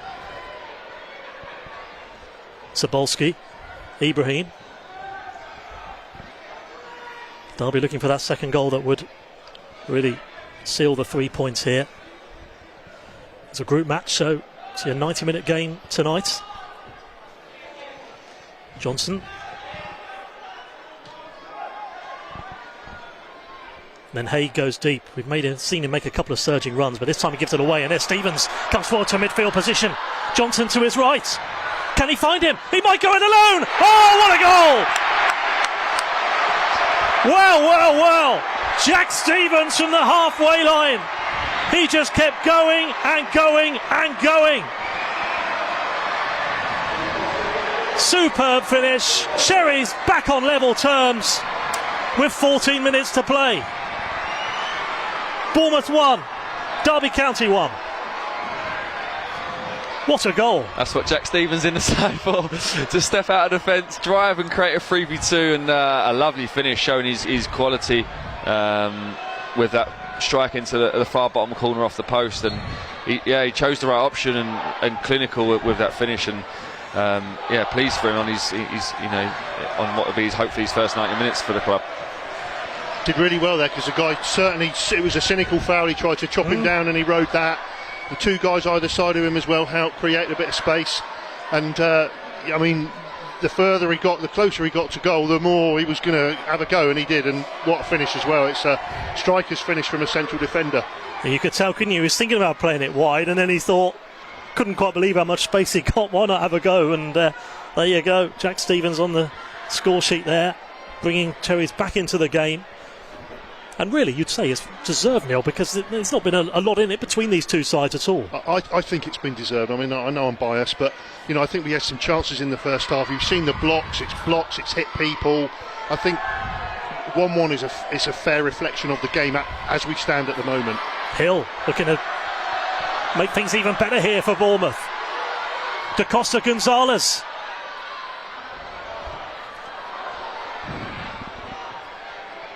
Well, the momentum now is with the Cherries. They'll obviously have to be wary of that breakaway as well, of course, at the other end, but that has given them an awful lot of optimism now with 12 minutes left. And this could really go either way now as it's up towards Burgess. Impressing in front of the interim head coach as well. We know Gary O'Neill's here watching. One of his first team players to do that. Perfect timing, really. And now it's up to everyone else to keep going and try and push for that winner if we can. 12 minutes of which to do so. In association with Esset here. Alan Connell, Neil Perrott with me in the commentary box. Free kick for a late challenge. Brailsford, I think, is going to go into the book now as well. Appeals for off. I think it's going to be a yellow card. You see the referee has got the yellow card here and he's about to produce it. I don't want to speak too soon. There's a little bit of panic setting in at the back. We've seen some hasty clearances and a couple of poor tackle. That's a poor tackle and a poor tackle right in front of us earlier as well. You know, if they've played 5 games in their league, they've lost all 5. There's that mentality as well, isn't there? You know, do they think, oh, we're not, we're going to lose again here? That might be going through their minds. Who knows? I think, like we said, a deserved equaliser. I think it's been a very even game. I think right now, I'd say 1-1 is probably about right for what we've seen on possession and chances created. But like I said earlier, I expect us to finish strong here, and it looks like we're going to. Francis up towards Johnson, one of the 2 substitutes who's looked lively here to try and change the game. Well, the Cherries are back in it now at 1-1. Goal after 7 minutes, and then an equaliser there from Jack Stevens, and it was a hell of an equaliser a few minutes ago. Here is Stevens, the goal scorer. Hill.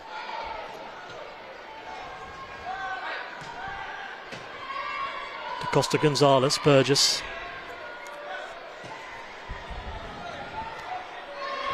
Hill to Greenwood.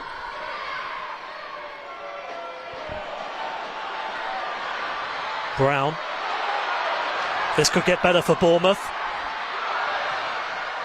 Oh, and it nearly did get better for Bournemouth, and then he was nearly in there, was Da Costa Gonzalez. Great play there from Sadie, and here's Oko. I think the goalkeeper was unsighted there. That's why he did what he lost the ball at the end there, and Michael just couldn't quite pounce. Francis to Stevens. Could be an exciting final 9 minutes here.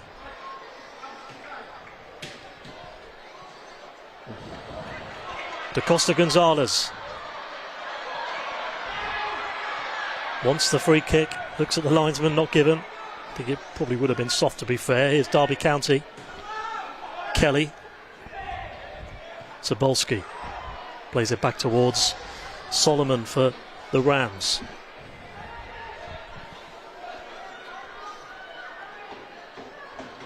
£5 to get in. I think people have had value for money tonight. It's been a good game to watch for sure. Yeah, they have.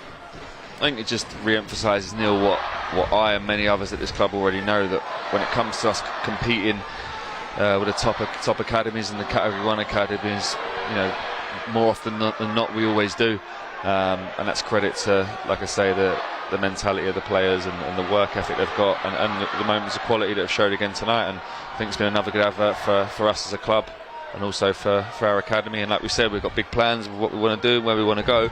And hopefully a night like this will show us that we can do that. Well, the flag stays down. He's going to go for the shots. This time it's saved.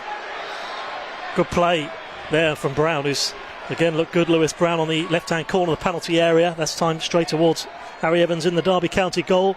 So they look to take the lead here. They were 1-0 down about 8 minutes ago. They could have made it 2-1.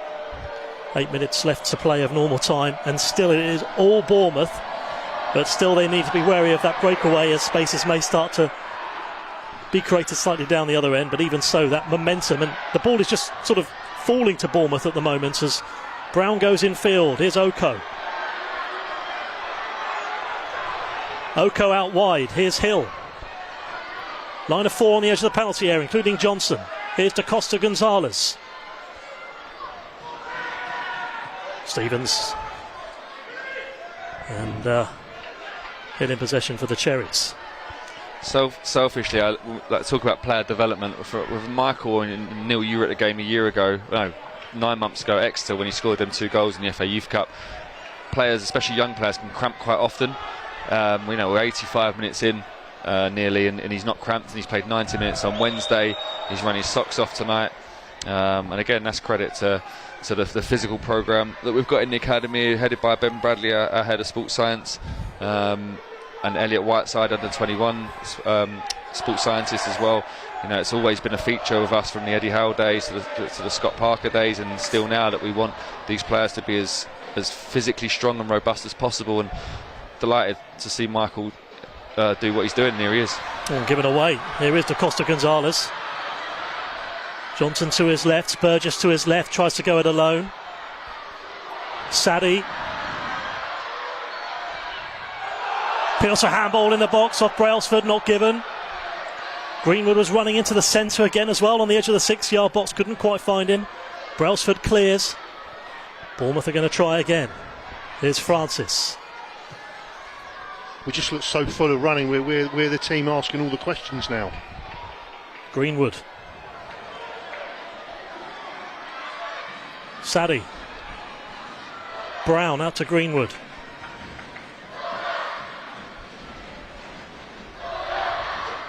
Oko. Brown back to Oko. Sadie. Oko. Clear to Stevens.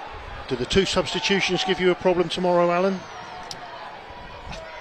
No, not really. Not from a physical point of view. I think Balian would have done half hour. He's a fit, strong boy, ultra professional, as is Lewis.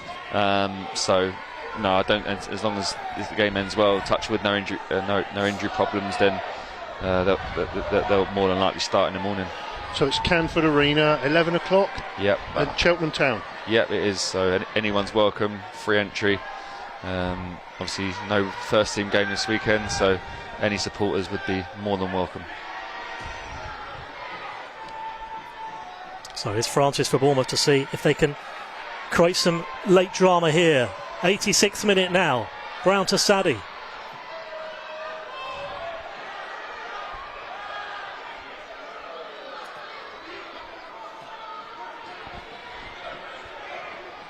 Kelly does well to get inside Bournemouth's territory though.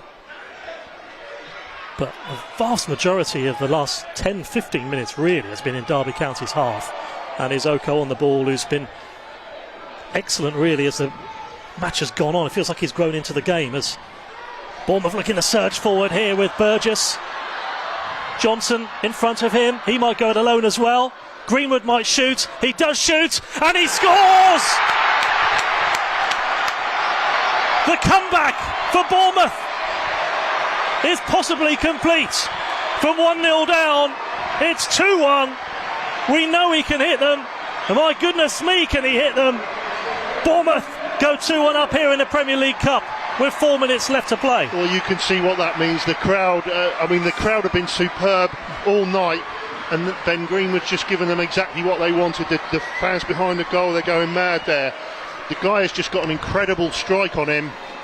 A hat-trick in the Hampshire Senior Cup last week, and then that was unstoppable.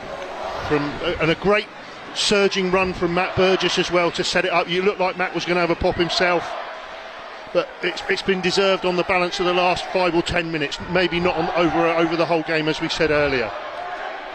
Yeah, I think it all started from James Hill and Michael winning it back in front of us, Neil. Once he regained the ball, I thought Ferdy Oko showed what he's shown more and more as this game's progressed. That athleticism, that change direction to get away from his opponent. Found a lovely pass to James Hill. In turn, found Matt Burgess in that inside right channel. Matt Burgess doing what he's capable of, driving with the ball. He's a quick, powerful central midfield player. Clever, simple pass at the end of it to find Ben, and like you say, a lovely drive from Ben that's given us a lead going into the last few minutes. Well, Haig has just gone off for Derby. Fapatu has come on for him. The remaining few minutes to come here. Live coverage on AFCB TV, Facebook, YouTube and Twitter. Well, what a 10 minutes it's been for the Cherries, who are looking to make it 2 wins in 2 after that win against Brighton, but they've got 2.5 minutes plus stoppage to hold on here. Shaun Cooper's urging them forward. There's got to be a tendency to try and sit on a lead with only 2 or 3 minutes to go. It must be a really difficult thing for a player. Yeah, he'll want pressure on the ball, of course, even if it's in our own half. That's human nature to sort of sometimes just sink that little bit in your own half, and he won't want that. So sometimes it's got to come from the staff on the sidelines. Oko gives it away though. Fapatu the substitutes. Almost corner flag time if the Bournemouth can get it up towards there. Saya, in a couple of minutes, how many minutes of stoppage time we're going to have? This will do for Bournemouth. At the moment though, as now it's Bournemouth's turn, as Derby were doing earlier in the second half, to just try and slow the game down themselves and keep possession. And it's a throw over on that far left-hand side. I saw one of the academy staff yesterday who was telling me that Ben Greenwood was trying to get as many tickets as he could for family and friends, so they're going to be absolutely delighted with what they've seen tonight. Yeah, they've had a good angle of that one, the view from there. With that shot right in front of the supporters, either behind that goal or opposite us. As we head into the final minute of normal time, fast approaching. Here's Hawkins. Looks like Max Kinsey-Wellens might be coming on a little bit later than he may have hoped, but like I said, he's a centre-half who adds a bit of presence, a bit of size, and is capable of defending set pieces well, so maybe Coops is looking to shore up that back line. He is another one with a dubious taste in music, I can guarantee you that, from last Saturday. When they said, what would you like on, Neil, and I said the 80s, they said, when's the 80s? The weird thing is, Neil, every year in my job, my age gets further away from the players I'm working with. So 6 years ago, obviously, I was a bit closer to them. Now I'm been 20, 21 years older than them, so that gap's just going to get wider and wider. You're trying to get a bit of ABC on, Neil, were you, as well? Yeah. Here come Derby County, here's Ibrahim. I've got to say, some of the songs that they were decent, they were good, and they'd just lost 1-0, and they said, come on, let's get some sad music on when they got in. Well, hopefully they'll be buoyant come the end of this game. The fourth official puts his board up, but this might be the equaliser here. The whistle goes, the flag's up on the far side as Low Everton came forward, and the flag was up pretty quickly, and Max Kinsey-Wellens is to be the third substitution for the Cherries. Coming on, we did say, Alan, you did think he'd come on at some point. He does come on now eventually, and off is going to go Da Costa Gonzalez from this touchline. That looked quite close from the replay. We just had another look at that. That looked really hairline. Nothing in it, was there at all? Well, when we saw it live, I thought it looked really close, and then the replay didn't. It was quite quick, but yeah, Derby didn't seem to complain too much, but it looked very, very tight. No VAR though, luckily. Yeah, but took it well, didn't he, as well? Da Costa Gonzalez coming off. What a shift he's put in, Alan. He has. I'm just debating whether to give him another 90 minutes in 12 hours time. No, I'm joking. No, he's put a great shift in. Credit to him. Like I said, he's come a long way in the last couple of years, his mentality especially. So for him to do 90 on Wednesday, 48 hours later, and have the impact he's had, I'm delighted for him. It's lovely to see the ball boys giving him applause as well as he's clapping his hands and stuff, walking round. Yeah, great to see.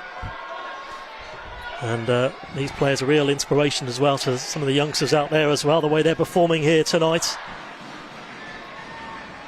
Hawkins out wide though for Derby County. I think whatever happens now from here on towards to the end, I think one thing is guaranteed: whoever's here tonight, they'll be back for the next game. They will, yeah. And to get the 2,000 is terrific. It might be even more next time as well, considering how well the Cherries have played tonight. Blocks there from Burgess. We've played 2 minutes of the 4 of stoppage. Probably 30 seconds is going to be added on as well after that substitution. Ibrahim. Low Everton had it in the back of the net a couple of minutes ago, but it was offside. They might try and get it in the net here if it's onside, but Cherry's clear. Johnson. Kelly.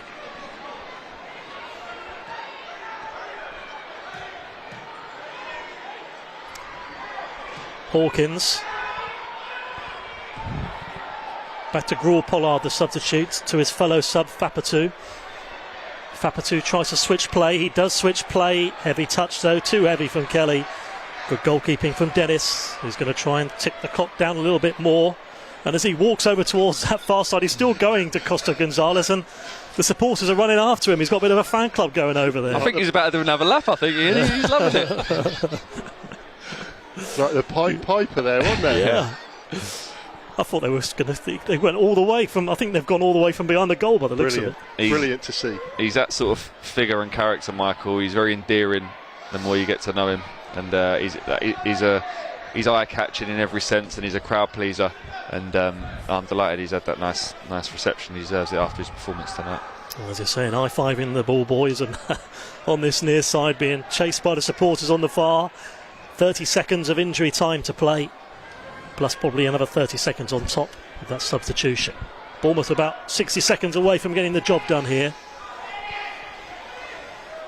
And 2 goals in 10 minutes. The second from Greenwood, the first from Stevens. And Alan, we've been treated to 2 excellent goals from Bournemouth tonight as well. We have. Ben Greenwood's winner was obviously a lovely, like we spoke about, lovely drive from that Burgess, a lovely starike, and Jack Stevens as well. 2 defenders that have scored for us tonight.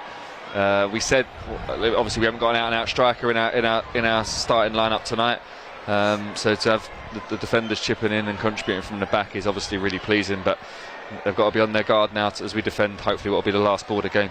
Yellow card for James Hill for that foul. Last chance to come. Surely the last chance. They might try and play it short. Goes deep, Ibrahim. That should be a Cherry's head. It is. Comes off Stevens. There we go. Bournemouth have done it from a goal down.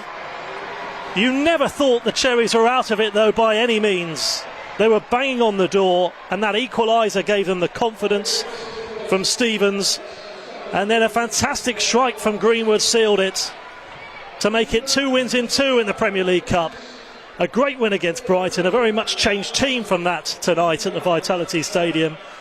And on top of that win against Brighton, it's now 3 points against Derby, and it finished here at Vitality Stadium. Bournemouth 2, Derby County 1. Alan, what a terrific comeback, and goes to show the character in this team, because they never really know when they're beaten either, do they? No, and like I said before, whilst we obviously try and pick the right players and develop the players, I think for us as a club, having the right people first of all when we recruit and then when we try to develop, we make sure at the forefront of everything that we do is to instill the right values in our players, and I think that will always give you a chance in football and in life, like I said earlier. And that's why I said at 1-0 down, I thought we were capable of getting back in the game, as much as for the boys' football ability, but also for the way they are, the way they won't give in, the way they'll keep working. And like I said, I thought we come on really strong at the end physically as well. Let's have a look back at the goals then. Let's start with that goal early on in this game. Inside the first 7 minutes, it came to the away side. It was the perfect start for them, delivered into the penalty area, took a bounce, and there was Solomon to head it into the back of the net. A great start for them, their first chance of the game. Here it is from behind the goal, and he was just volleyed it into the bottom corner, and just got in there to put it past Dennis in the Bournemouth goal. But then the second half, Bournemouth really came into it. The first half, there wasn't a great deal in it, but as soon as Bournemouth got that equaliser, you really felt there was only going to be one winner. Let's have a look at it now, that Cherries goal. Let's look at it properly, and it really was on the halfway line. What a run, Neil. Fantastic run. It's like, 2 defenders have scored both of the goals tonight. I think Alan said it earlier on. It's the spirit around this club. Everyone together. You never know when they're beaten. And that was a prime example of that tonight. 1-0 down, the clock running. It looked like it was going to be tough to get back into the game. They stuck at it, kept going, kept playing their football, how they, playing properly. It wasn't like they were lumping it forward in desperation. There was never any sign of that. They stuck to what they've been taught, and they've got their dividends at the end. As for Greenwood, he was the match winner in the end from the edge of the penalty area. Credit has to go for that run as well in the first place, Alan, to Matt Burgess. Yeah, I love the fact that he was running at full speed and with his head up, and at the end he thought Ben was the best option, and often the best options are the most simple ones, and And like I say, a simple pass from Matt, but he spotted Ben and maybe knows his players, knows that what he's capable of from that 20-25 yard mark. And like I said, great strike, and maybe the keeper will feel like he could have done better, but from our point of view, it was a great strike from Ben, and delighted that he's carrying on his goal scoring form from left back. Well, there we are. The Bournemouth supporters will certainly be happy as they go over to say hello and try and get their autographs maybe at some point, or maybe a shirt from the players who are walking over to the supporters. They'll be absolutely delighted with that tonight. That grit and that determination to come back from a losing position to win that game by 2-1.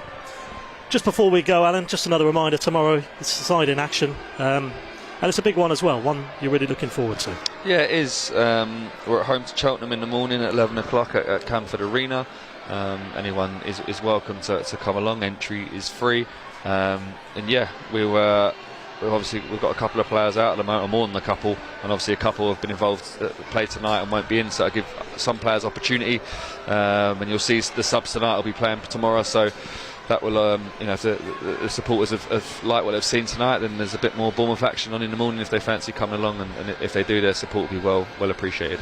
Well, thanks very much, Alan Connell. Thank you as well to Neil Perrott. It's finished here at Vitality Stadium. Bournemouth have got the job done, and they've done it in style. Full time here at Vitality Stadium in front of a crowd of 2,000. It finished Bournemouth 2, Derby County 1.